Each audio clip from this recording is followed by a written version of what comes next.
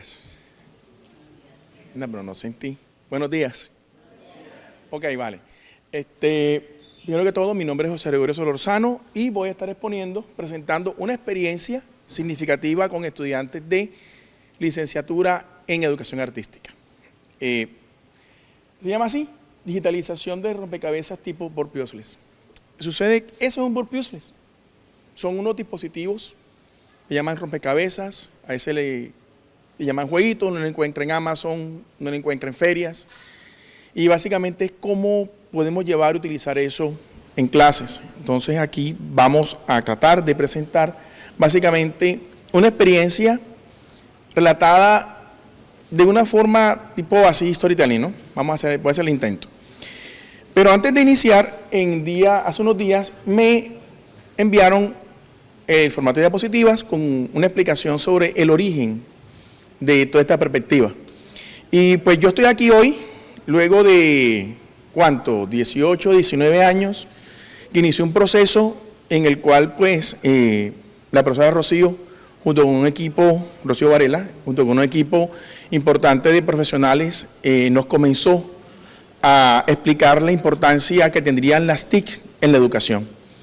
Fue fruto de un convenio de la universidad con Computadores para Educar. Yo en ese momento estaba saliendo del pregrado y tuvimos la oportunidad de apoyar y trabajar con ellos muchas cosas. Hicimos un diplomado, trabajamos y desde allí pues nos quedó la espinita, nos quedó esa semilla para poder entender lo que iba a ir ocurriendo. Estamos hablando año 2004, 2005, donde el Internet comenzaba a surgir como un elemento importante en todas las esferas de la economía y se visionaba en la educación, como comentaba la doctora ahorita, que pensábamos que nos iba a reemplazar a los profesores, pero nos damos cuenta que no, que nos fortalece en nuestra práctica. Entonces, el origen viene desde allí.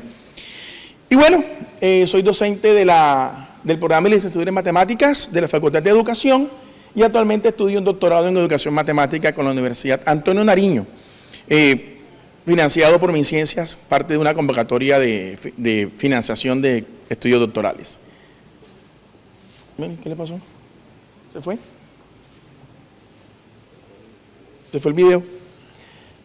Bueno, entonces la pregunta que surge aquí es ¿de dónde viene esta situación? Sucede que como parte del proceso de mejoramiento continuo que la Facultad de Educación viene trabajando para mejorar los resultados en las pruebas Saber Pro, surge una iniciativa que tiene que ver con la inserción de una nueva asignatura denominada Taller de Razonamiento Cuantitativo en todos los programas de licenciatura de la Facultad de Educación.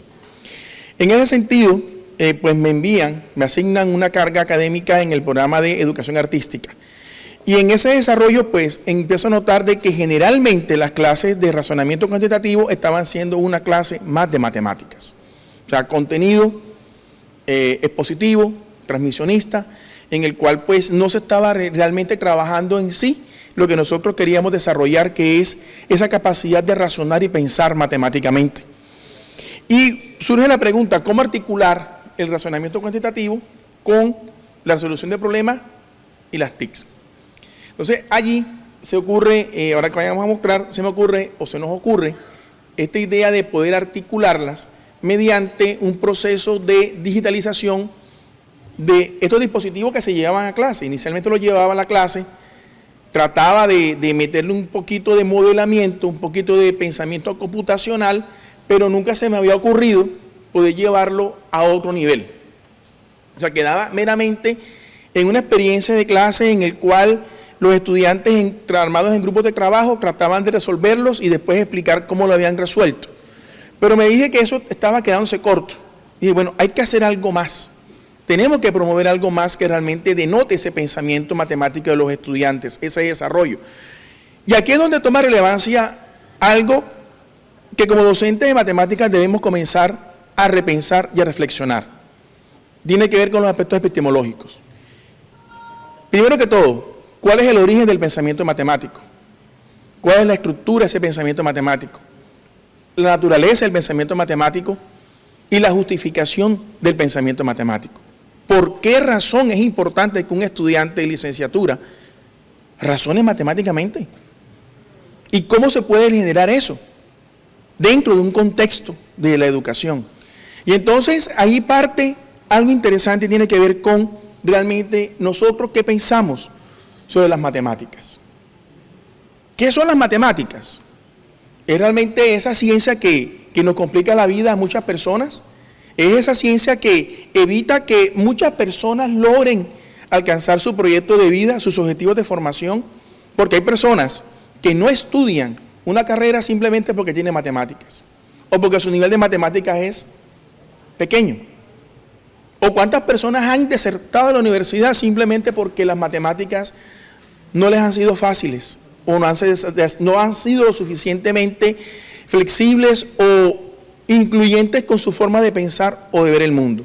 Entonces allí, después de unos análisis y unas reflexiones que lleva a cabo producto del mismo doctorado, llegamos a una definición, llegamos porque fuimos en conjunto nuestros compañeros y mi persona, de que la matemática es una creación de la mente humana que está mediada por la experiencia. Y esa experiencia está fundamentada aquí en la resolución de problemas. ¿Cómo nosotros podemos llevar esa resolución de problemas al aula? ¿Cómo podemos hacer un currículo que sea más desafiante basado en esa resolución de problemas para incluir esas formas de pensar que tienen los estudiantes? Formas alternativas, soluciones plausibles que se dan dentro del aula, pero que muchas veces por nuestra visión de la matemática como profesores no las incluimos. Hace unos días acabo de ver una experiencia que ocurrió en Brasil. Una estudiante de 11 años logró encontrar otra forma de calcular la raíz cuadrada. Si hubiese estado un profesor normal, de lo que estamos acostumbrados a ver las matemáticas de esa forma, digamos, desde ese pedestal, donde mi forma de pensar es la que prevalece, el profesor no se hubiera dado cuenta, no hubiese escuchado al estudiante. Pero el profesor no solo la escuchó, sino que tomó en cuenta lo que la estudiante estaba haciendo, lo logró formalizar, publicó un artículo científico y además de eso, ahora existe una regla que se llama la regla de Julia para calcular raíces cuadradas. Entonces es un método bonito que parte ¿de dónde? De esa visión experimental de lo que deben ser las matemáticas. Tiene un componente experimental que muchas veces dejamos de lado. Y es lo que trato de poner en evidencia en esta experiencia significativa. Entonces, aquí se toma en cuenta que esa experiencia debe ser articulada de una forma que permita la generalización, la construcción de estructuras. Una de las cosas que nosotros hemos trabajado dentro del curso de epistemología de la educación matemática, aquí tengo unos estudiantes que tenemos acá, hemos planteado que ya la matemática no se mira como un descubrimiento. Ya yo no voy por el mundo mirando, ahí hay matemáticas, ahí hay matemáticas, ahí hay matemáticas. No, ya las matemáticas fundamentan en una estructura que permite ver qué posibilidades existen además de las que nosotros podemos encontrar. ¿Qué otras cosas hay allí? ¿Qué otras puertas se pueden abrir? Lo que llamaríamos mundos posibles. Es lo que estamos tratando de visionar en este momento, y para eso hay un autor o un par de autores muy importantes llamados Burton, Meso y Stacy, que plantean una estructura en la cual nosotros podemos ir desde la particularización hasta la generalización, pero partiendo de la experiencia. Y entonces allí ellos plantean 3 fases muy importantes, que es el abordaje, que es cómo los estudiantes pueden abordar un problema, el ataque, de cuántas formas lo pueden resolver, y la revisión es, ¿será que mi respuesta es correcta? ¿Será que es plausible? ¿Será que llegué a algo que realmente es coherente con lo que se encuentra allí? Y entonces ahí es donde viene la parte de la extensión. ¿Cómo encuentro yo una estructura que generalice ese resultado? O sea, se trata de pasar de elementos particulares a generales. Y en parte lo que estamos trabajando, esa estructura, es un modelamiento. ¿Cómo yo modelo una situación? ¿Cómo la llevamos a un sistema que permita ser entendible y pueda llevarse a cualquier expresión lógica, en este caso, la computación? Entonces, metodológicamente, lo que se hizo fue trabajar unos talleres con estudiantes de licenciatura en educación artística. Generalmente los estudiantes de artística, cuando llego a la clase y ven que es razonamiento cuantitativo, creen que es matemáticas, y la cara que nos hacen a los profesores es una cara de no muy amigable, ¿no? Matemáticas. Otra matemática. Ya hay 6 años matemáticas, 11 años matemáticas, y llego y vamos a repetir lo mismo. Entonces trato de mostrarles que no, mediante esos rompecabezas tipo Brock Brussels. En ese sentido, Entonces lo que planteé fue trabajar unos talleres, y en esos talleres, trabajados en grupos de 4 o 5 estudiantes, ellos tratan de resolver el rompecabezas. Y luego de resolver el rompecabezas como producto de ese trabajo colectivo, lógicamente aquí hay que tener en cuenta algo: el conocimiento se construye socialmente. Porque si yo no considerara que el conocimiento se construye socialmente, no trabajaríamos de esa manera colaborativa. Eso es una construcción. Entonces trabajamos con los estudiantes de forma tal de que ellos logren encontrar la solución al burp useless, al rompecabezas. ¿Demoran cuánto? 1 día, 2 días, no me importa. Si lo quieren llevar para la casa, llévenselo. La siguiente clase lo terminamos. Pero el producto de ese trabajo es un paso a paso, o es un modelo o una expresión que permita que el otro grupo pueda resolverlo. O sea, el otro grupo va a validar lo que ese grupo resolvió. Y entonces ahí comenzamos a hacer un proceso de circulación y ver si realmente esa forma de pensar logra transmitirse a otros compañeros y cumple la función de ser un modelo o un paso a paso. Luego de allí vino la magia. Porque entonces comenzamos a revisar, bueno, ¿qué más le podemos hacer? Ya comprobamos que los estudiantes tienen la forma de resolver un problema. Ya sabemos que lo hicieron. Demoraron 3 días, demoraron 1 semana. Está bien, no ha pasado nada. La idea es que se fueron con un problema en su cabeza y lo resolvieron. Y logran esa solución y logran transmitirla. Pero en el momento que logran transmitir esa información entre ellos, logran crear ese modelo. ¿Y qué hacemos con ese modelo? Entonces a mí se me ocurrió que podíamos hacer uso de las ciencias STEAM. Es decir, hay ciencias, tecnología, va a haber algo de ingeniería, hay artes y hay matemáticas. Entonces, ¿de qué manera nosotros podemos articular las artes en esto? Pues una de las áreas que ellos pueden desempeñar es diseñar videojuegos. Los videojuegos necesitan unas personas que hagan los diseños, los dibujos, las imágenes, las proyecciones, las perspectivas, estos elementos que pueden articularse de manera coherente para hacer un juego que pueda hacer una simulación más adelante. Y entonces ahí logramos conseguir eso. Y entonces les dije, bueno, no vamos a hacer un videojuego en total porque no somos programadores, pero sí podemos hacer un prototipo. Díganme, ¿cómo lo harían? ¿Cómo lo desarrollarían? Y entonces ellos desarrollaron varios juegos o varias técnicas basados en esa cantidad de videojuegos, en esa cantidad de rompecabezas tipo burp useless que pueden analizar ahí en la diapositiva.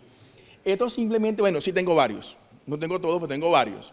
Y cada vez que voy a una feria, busco qué puedo encontrar. Cada vez que voy a Bogotá, a la parte afuera de galerías, pues hay una señora que vende y trae de allá de China, y cada vez que encuentro voy y miro, y si puedo pedir por Amazon voy y los compro. Si en Panamericana encuentro voy y los compro, porque los uso en clase. Y son herramientas que pueden servir. Pero el asunto no es llevarme el juego porque sí, sino que tiene un trasfondo.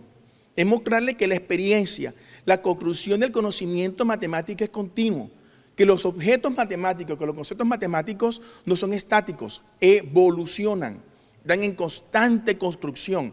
Y si nosotros como docentes transmitimos eso, ¿qué vamos a conseguir? Vamos a conseguir más niñas Julias en nuestro Caribe colombiano y en nuestra querida Colombia.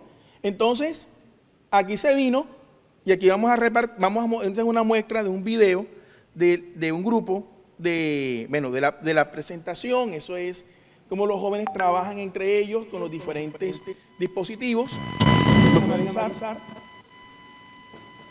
No tiene audio. No tiene audio. Ahí tiene varios, más de los que se encuentran en imagen.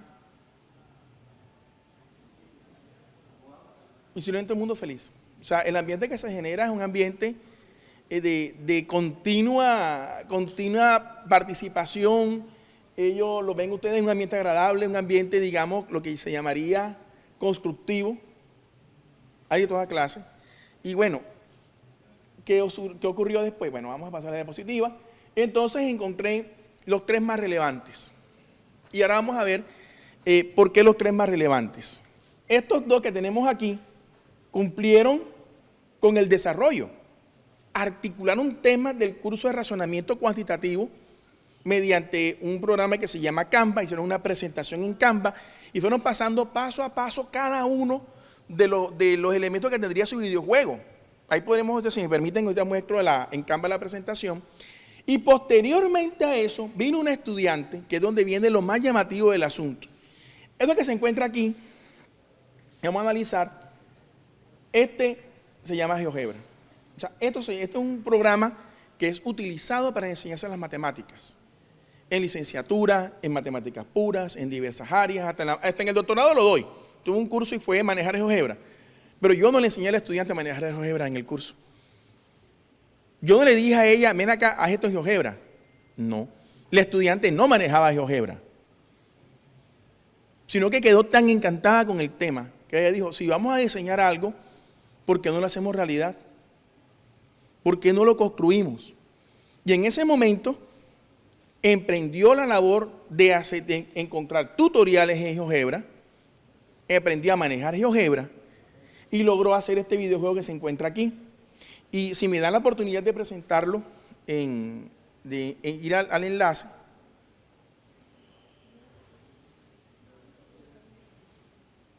Si ustedes me permiten la visualización, si se puede, ¿no? Sí me dejan. ¿Ya abrió acá? ¿Puede permitirme abrir acá? No, no me deja. Que se visualice esta pantalla, la de GeoGebra que estoy abriendo acá. Okay. Bueno, eso no hay problema, dejémoslo acá. Sí. Sí. ¿Ya? Eso. Listo. Creo que cuento que todavía con unos minuticos para ver cómo se presenta, ¿no? Porque esto realmente es lo interesante de toda la actividad. Esto se llama concéntrese. Son unos puntos que están ubicados en diversas formas sobre una cuadrícula y esa cuadrícula está dividida en 4 partes más. Esas 4 partes tienen diversos puntos aleatoriamente distribuidos y acá en la parte izquierda van a encontrar unos puntos y es cuántos puntos debo dejar visibles y cuántos debo ocultar. Y entonces la estudiante, ella sola, yo no lo hice con ella solita me llevó el resultado y demostró, profe, hice esto.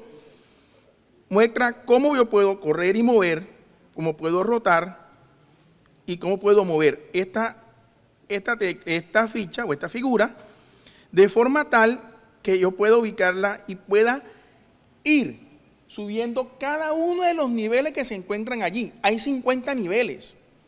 Repito, es una niña que entra con una visión toda negativa hacia las matemáticas y llega a construir algo de su cuenta que está relacionado con el pensamiento lógico, pensamiento espacial y resolución de problemas.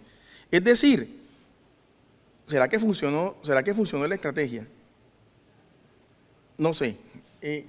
Esas son las preguntas que encuentro y que van a ser, pues hacen parte del proceso de investigación que estoy tratando de emprender con esto para confirmar o refutar realmente. ¿Ese pensamiento matemático lo podemos fortalecer desde la experiencia? ¿Será que podemos modificar ese currículo dejándolo de ser tan estático y movido únicamente en contenidos expuestos de forma perfecta, mostrando que la forma de hacerlo es esa? ¿O podemos permitirle al estudiante la oportunidad de descubrir nuevas formas de pensar y nuevas formas de estructurar ese conocimiento matemático? Y es lo que quise mostrar acá de lo que podríamos hacer si intentamos articular la resolución de problemas, porque Paul Hammond decía y planteaba, en el corazón de las matemáticas está la resolución de problemas. Y bueno, con esto me despido y quiero dar las gracias por su atención.